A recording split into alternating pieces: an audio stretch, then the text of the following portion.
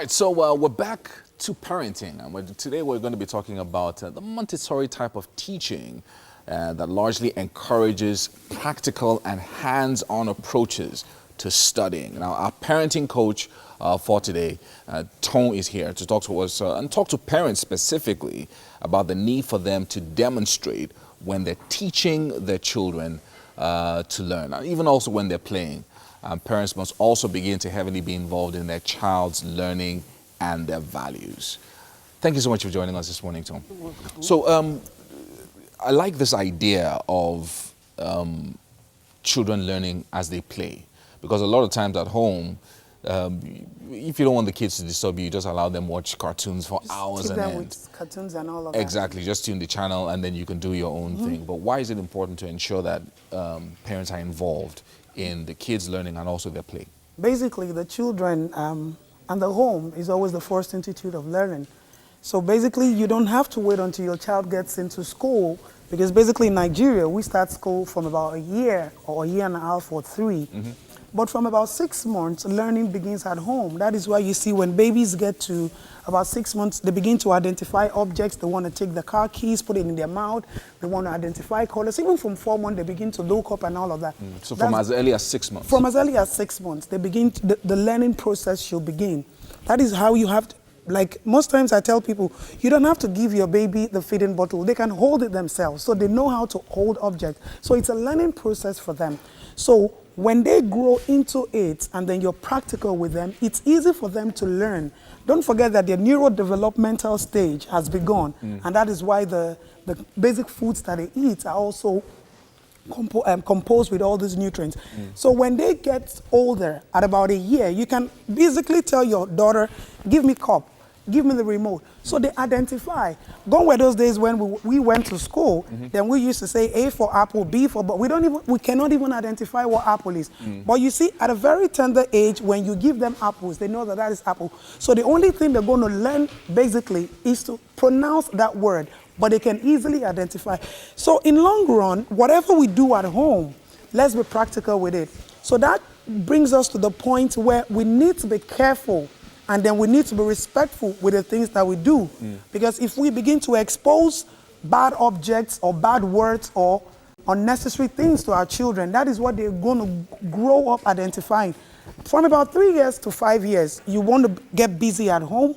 You're looking for something to just keep your child mute. The next thing you see, they just give them games. Why don't you give them a book? Why don't you make your living room slightly Montessori in nature so that they can begin to learn from the things that they see there? Put flowers, put books, put things. Don't make it too much of abnormal things or irregular things that they basically can identify with.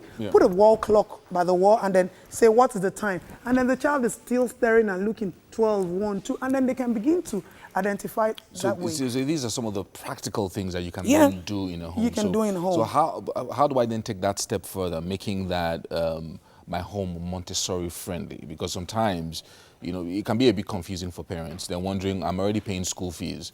So why, I mean, so it's the school's job to do everything for the child. This is Montessori enough. Our stage here is Montessori enough.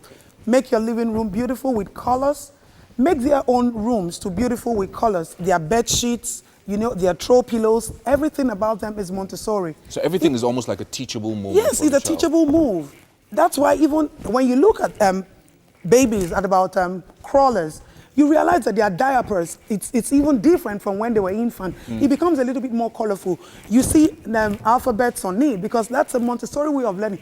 Do you remember those days when we used to buy biscuits? You remember they put this biscuit A, B, C, so you buy 5 naira biscuit. It's Montessori.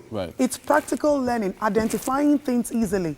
So everything, even that's why you find out that kids, their trainers, their shirts is always colorful, because that is the only way they can learn. So they should begin to identify all these things. So when they go to school, basically, they're a little bit more settled. They become more friendly with the environment, because these are the things that they're familiar with at home.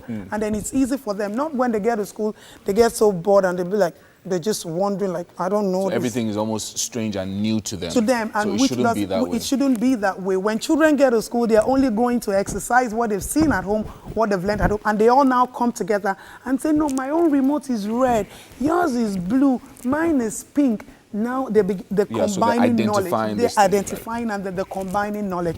So when you're raising children, we want to advise that you make everything around them within that age Montessori practical for them. It just helps their brain development. Yeah, I that's like what that. it is. I mean, so because what you're now telling us is every single decision you make, especially when you have very young kids, decisions to buy things in the house and all of that should be with the idea of teaching. Of teaching. And them also something it's new. part of their fundamental rights to learn at home first. Yes, it's one of the basic rights. So even when you're buying, you're shopping, take them along with you. Take them to the grocery store. Okay, you pick apple, I will pick sausage. You pick pineapple, I will pick mango. Then they can say, Mommy, is this mango? It looks like mango. You see them now asking questions. Is this tangerine or is it grape? It's Montessori. It's really about committing time, No. a little bit of effort to it, and It's not ensuring- easy. Yeah, The yeah. environment is not easy. You find some people who are full housewives, they don't even go out. So basically, they don't have the opportunity to do that. Those who are full-time workers, they don't have the opportunity. But between the age of 0 to 6 years, you just need to dedicate this time to them. Really, really important. You need to dedicate. So even institutions, parastatals and all that should also come together to look at it that learning starts from home. So parents, mothers should be allowed that time to spend with their children so that they can also be part of the teachers. Yes, indeed. That's really, really important as well. It's very because, important, though. You know, they give them only 3 months. No, and then they go back to work and then they're Maybe working we have to 12-hour come back shifts. and talk about that and then make them understand the reason, because sometimes people do things if they don't understand the reason. You need to defend what you want. If you explain better, we advocate for it better. Don't worry, we can get 3 months, the normal one, Then and then we extend get, it. yes, extend it. Yeah, And, it's and better. short working days as well. No, short working days, yeah. They close early. And I'm even thinking that Nigeria is big enough for people to start doing 24 hours. So while some people are going home, some are going to, we can work midnight. Thank you so much, Tom, for joining us this morning. It's always You have my taught me pleasure. so much, paying attention to kids, spending time with them, and practical learning. which And is it will really, help really you to important. know the kind of child that you have, basically. All right. So that's all for parenting discussion for this week. We're going to be continuing that on Tuesday as well, but we're going to be taking a break now. There's more after this break.